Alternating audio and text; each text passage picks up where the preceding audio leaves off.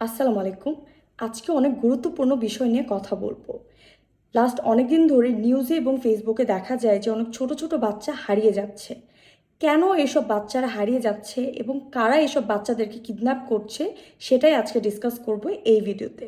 প্রথমেই জেনে নেই যে কেন এই বাচ্চারা হারিয়ে যাচ্ছে। প্রথম কারণ হতে পারে চাইল্ড ট্রাফিকিং। এসব বাচ্চাদেরকে ধরে নিয়ে বাইরের দেশে পাচার করে দিচ্ছে।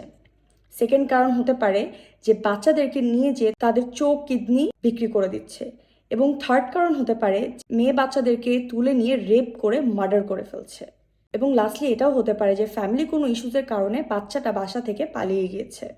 এখন হয়তো অন্যের বাচ্চার সাথে এরকম ঘটনা ঘটছে, কালকে কিন্তু আপনার বাচ্চার সাথে সেম জিনিস হতে পারে।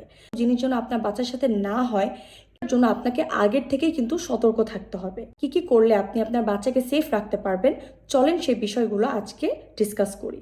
প্রথম যে বিষয়টা সেটা হচ্ছে আপনার বাচ্চা যখন থেকে কথা বলা শিখবে তখন থেকে আপনি বাচ্চাকে বাবা মায়ের নাম, নাম্বার এবং বাসার ঠিকানা মুখস্থ করে দিবেন।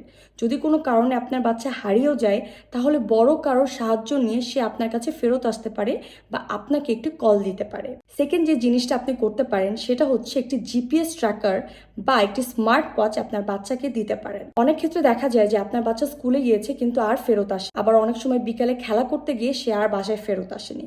কিন্তু আপনার বাচ্চার কাছে যদি ওই টাইমে জিপিএস ট্র্যাকার থাকতো আপনি কিন্তু বাসায় বসেই ফোনে দেখতে পারতেন যে আপনার বাচ্চা কোথায় আছে, কি করছে।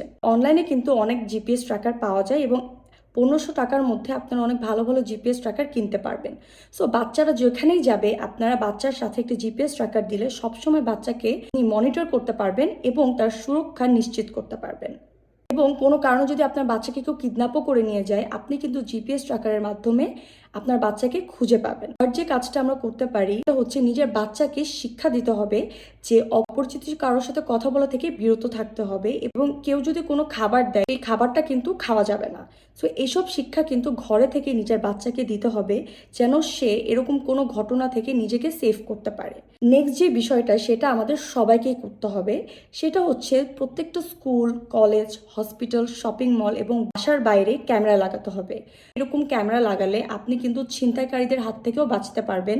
শুধু আপনি নয়, যে কারোর জীবন কিন্তু বাঁচতে পারে এই ক্যামেরার মাধ্যমে। আপনারা খেয়াল করবেন বাইরের দেশে ক্যামেরা লাগানোর কারণে কিন্তু এসব ধরনের ঘটনা খুব কম হয় এবং আমাদের দেশে কিন্তু ক্যামেরার ব্যবস্থা খুব কম। এজন্যই হয়তো এই দেশে ছিনতাইকারী, কিডন্যাপিং, রেপিং এগুলো বেশি হয়। সো গভর্নমেন্ট যদিও ক্যামেরা লাগানোর ব্যবস্থা নেয় এবং আমরা যদি নিজেরাই আমাদের বাসার বাইরে, অফিসের বাইরে ক্যামেরা লাগিয়ে রাখি তাহলে কিন্তু অনেকের জীবন বেঁচে যেতে পারে। যে বিষয়টা প্রত্যেকটি স্কুলে স্ট্রিক্ট রুলস করা উচিত যে বাবা মা ছাড়া বাচ্চাকে স্কুল থেকে রিলিজ করা যাবে না। সেটা যে কেউই হোক, আপনার ফ্যামিলি মেম্বারও যদি যায় সেক্ষেত্রেও কিন্তু বাচ্চাকে রিলিজ করা উচিত নয়। অনেক ক্ষেত্রেই দেখা যায় যে বাবা মা বাচ্চাকে স্কুল থেকে নিতে যেতে পারে নাই, অন্য ফ্যামিলি মেম্বারের যাওয়ার কথা, কিন্তু ভুলে বাচ্চা অন্য কারোর সাথে স্কুল থেকে বের হয়ে যায় এবং সেটার ফলে বাচ্চাকে আর খুঁজে পাওয়া যায় না।